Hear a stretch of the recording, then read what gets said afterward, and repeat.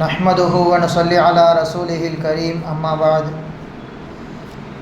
கண்ணியத்திற்கும் பெரும் மதிப்பிற்கும் உரிய அல்லாஹ்வின் நல்லடியார்களே, அல்லாஹ் சுப்ஹானஹு வ தஆலா திருக்குர்ஆனிலே முழுக்க மனித சமூகத்தின் ஒழுக்க மேம்பாட்டை குறித்து அவ்வப்போது பல இடங்களிலே கூறுவதுண்டு. அந்த அடிப்படையில் இன்றைய தினம் அல்லாஹ் சுப்ஹானஹு வ தஆலா மனிதனின் ஒழுங்கை, மனிதனின் அலங்காரம் எதில் இருக்கிறது என்பதை குறித்து தான் பேசுகின்றான். இஸ்லாம் வருவதற்கு முன்பாக அரபுகளில் ஒரு கூட்டம் இருந்தது.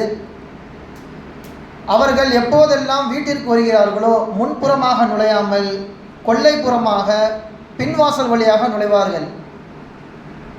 இன்னும் சில நேரங்களிலே கரியை அந்த சமூகம் தொட்டு கூட பார்க்காது. மூன்றாவது அவர்களிடத்தில் இருந்த ஒரு பண்பு, யதூஃபூனல் பைத உரியானன், காபத்துல்லாவை நிர்வாணமாக தவாஃப் செய்வார்கள் என்பதாக வந்துள்ளது. அதாவது அவர்கள் போட்டிருக்கின்ற ஆடையின் மூலமாக பாவம் செய்து விட்டதின் காரணமாக தவாஃப் என்கின்ற புனிதம் கெட்டு போய்விடக்கூடாது என்பதற்காக அந்த ஆடையை கழட்டிவிட்டு தவாஃப் செய்வார்களாம். சில சமயங்களிலே அங்கே வாழ்கின்ற குறைஷி மக்களிடம், நாங்கள் தவாஃப் செய்ய போகின்றோம், எங்களுக்கு ஏதேனும் ஆடை இருக்கிறதா, நாங்கள் போட்டிருக்கின்ற இந்த ஆடையிலே பாவம் செய்துவிட்டோம், இதோடு தவாஃப் செய்யக்கூடாதல்லவா என்பதாக கேட்பார்கள். இவர்கள் ஆடை தரமாட்டார்கள். எனவே போட்டிருக்கின்ற ஆடையை கலட்டிவிட்டு நிர்வாணமாக தவாஃப் செய்வார்கள். இப்படி ஒரு மூட நம்பிக்கை அன்றைய காலத்து அரபுகளில் ஒரு கூட்டத்திடம் இருந்தது. இந்த சமயத்தில் தான் அல்லாஹ் தஆலா இஸ்லாமை அறிமுகப்படுத்தி ஆடையை குறித்த விழிப்புணர்வை மனித சமூகத்திற்கு அல்லாஹ் தஆலா சொல்கின்றான்.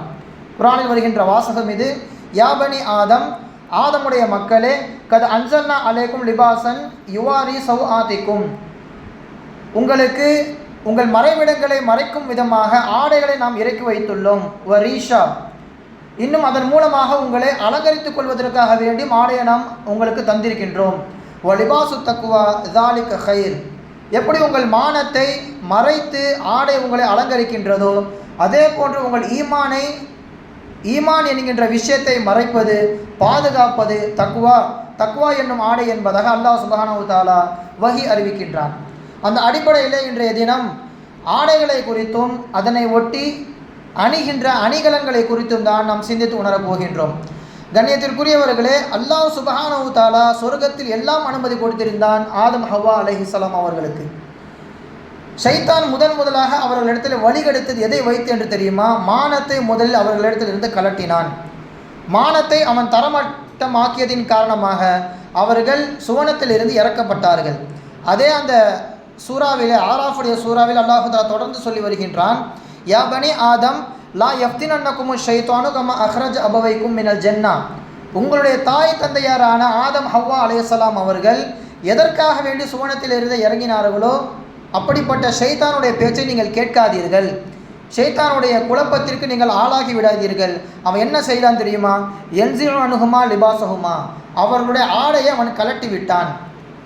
நிர்வாணமாக இருப்பது சொர்க்கத்தில் அனுமதி கிடையாது. எனவே அவர்கள் சொர்க்கத்திலிருந்து இறக்கப்பட்டார்கள்.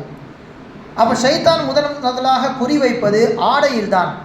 எங்கே ஆடை குறைகின்றதோ, எங்கே நிர்வாணமாக மனிதன் இருக்கின்றானோ அல்லது அரை நிர்வாணமாக ஆணோ பெண்ணோ இருக்கிறானோ அந்த இடத்திலே ஷைத்தான் வெற்றி பெற்று கொண்டிருக்கிறான் என்று அர்த்தம். ஷைத்தான் அல்லாஹ்விடத்தில் அதே தான் அவன் சத்தியமாக எடுத்தான். ல உகுவியன்னஹும், அந்த மனித சமூகத்தை நான் முழுமையாக வழிகெடுப்பேன் என்பதாக ஷைத்தான் சொன்னான்.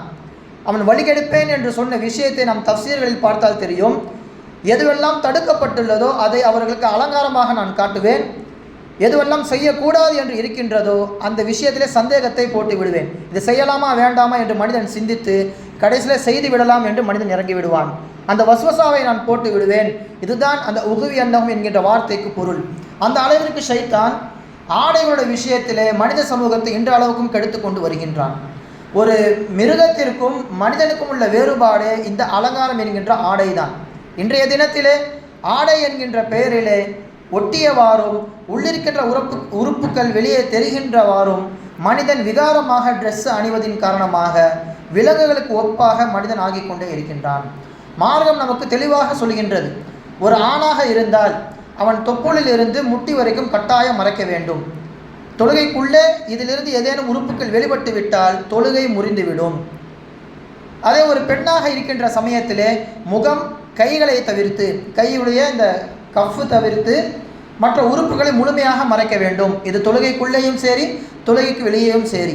ஒரு ஆண் பெண்ணுக்கான அளவுகோல் இது. இன்றைக்கி வடிவமைக்கின்ற எல்லா விதமான ஆடைகளுமே கிழிந்த நிலைதான் வருகிறது. கிழிவதே இன்று ஃபேஷனாக இருக்கிறது.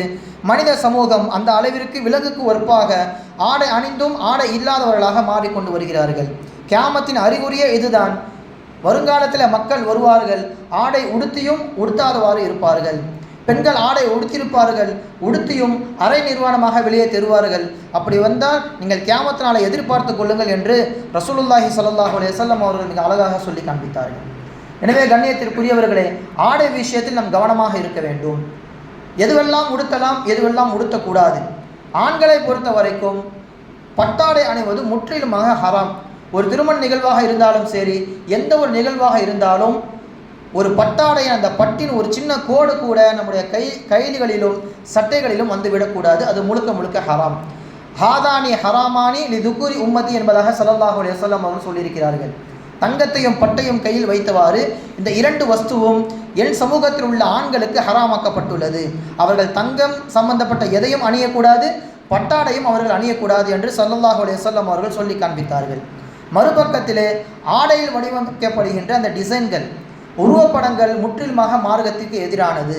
யார் உருவப்படத்தை வைத்திருக்கின்றார்களோ மறுமை நாளிலே அதற்கு உயிர் கொடுக்கப்படும் என்பதாக ஏவப்படும். அப்படி அவர் உயிர் கொடுக்க முடியவில்லை என்றால் அந்த உருவப்படத்தோடு சேர்த்து நரகத்தில் தூக்கி வீசப்படும். இது ஸல்லல்லாஹு அலைஹி வஸல்லம் அவர்கள் சொன்ன ஹதீஸ். எனவே நாம் உருவப்படங்களை நம்முடைய பனியன்களிலோ அல்லது சட்டைகளிலோ வடிவமைக்கக்கூடாது, வீடுகளிலோ மாட்டிவிடக்கூடாது.